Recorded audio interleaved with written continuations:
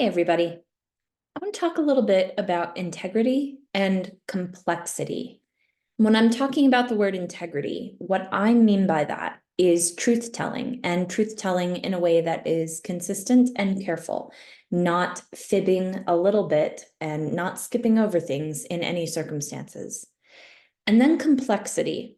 When I'm talking about complexity, what I mean is acknowledging the fact that actually our political system and what's happening in our country right now is pretty complicated. We don't have obvious heroes and villains, and we don't have a good side and a bad side.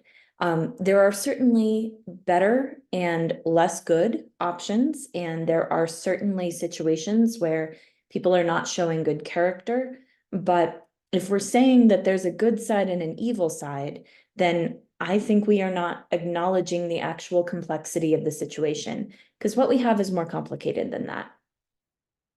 What I want to talk to you about is having the integrity it requires to acknowledge the complexity of the situation that we're in. And we do that for a couple of different reasons. One is because it's the right thing to do, and the other is because it's the effective thing to do. Those are not the same question. So there's one question, what's the right thing to do? And there's a different question, what's the effective thing to do? Let's start with the right thing to do.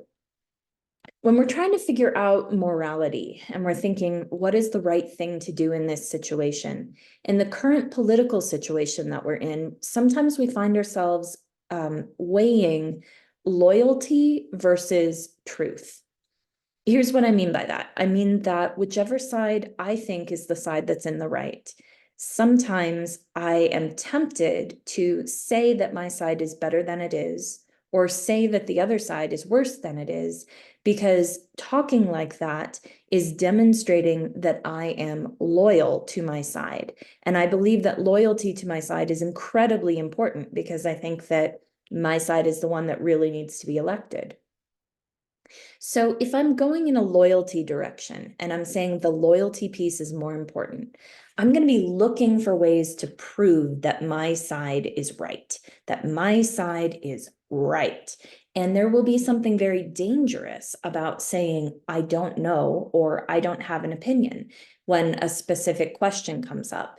If I acknowledge that I don't know whether my side is right about this or not, or if I say that I don't have an opinion about this particular issue, then am I showing less than absolute loyalty? And is that potentially going to have consequences?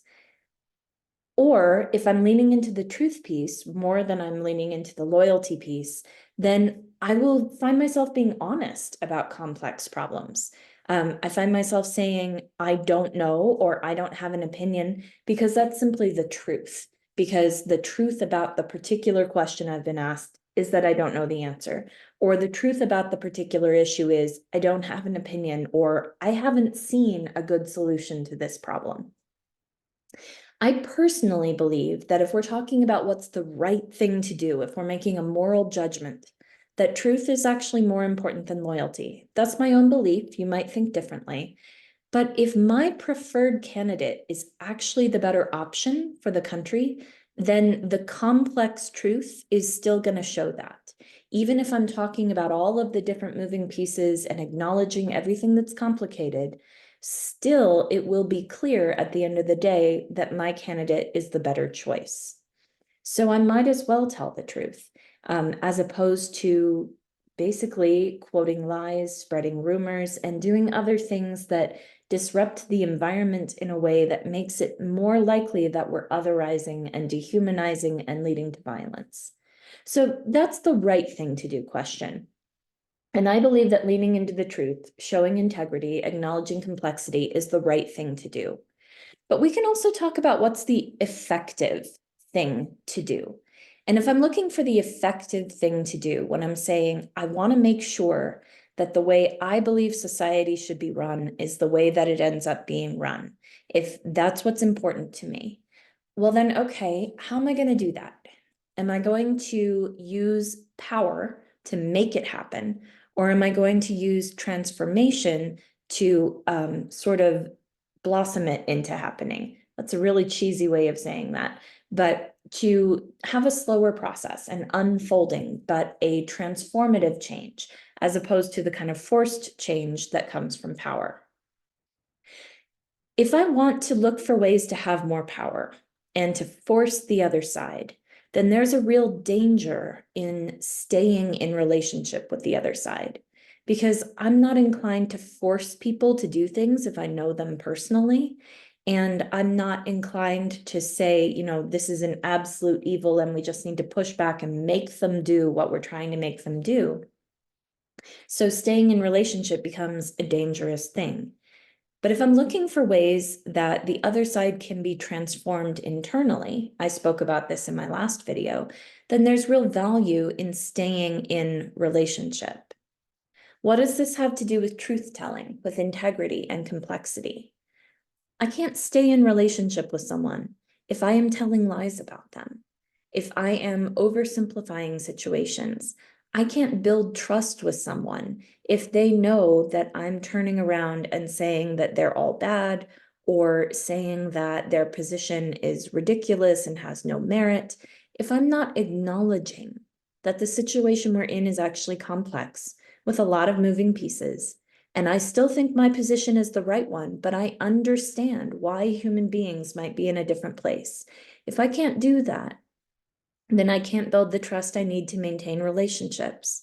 And if I can't maintain relationships, I'm not going to transform hearts. Using legal force or social pressure, so forcing, using power to stop harm, is not an inherently bad thing. Again, I talked about that yesterday. It's not bad to try to use the law to change society. And that makes this confusing because we feel like that's a success, and so that's the direction that I need to go. But these are strategies that generally don't work in the long term. The person who has been forced into doing something, who has been made powerless, there's eventually a rebound effect where they push up back against that powerlessness, and that's what can sometimes lead to violence. So why do I need to acknowledge complexity with integrity? Why do I want to talk about things are actually complicated? My side is the one I believe in, but I acknowledge the other side has some merits to it. Why do I want to say things like, I believe this person is absolutely wrong, but I also want to understand where they're coming from? I do that for a couple of reasons. I do it because it's a moral thing to do, because it's about building trust and telling the truth. And it's also the effective thing to do. In the long term, this is how people are changed, and people changing is how society changes. Again, in the long term. That's why I talk so much about truth telling and saying, let's acknowledge what's really complex about the situation and get to know each other and understand there are layers here. There's not an obvious good and evil, not between the two sides, not within our system of politics. And next time we talk, I want to address a common question, which is, does election violence prevention require political compromise?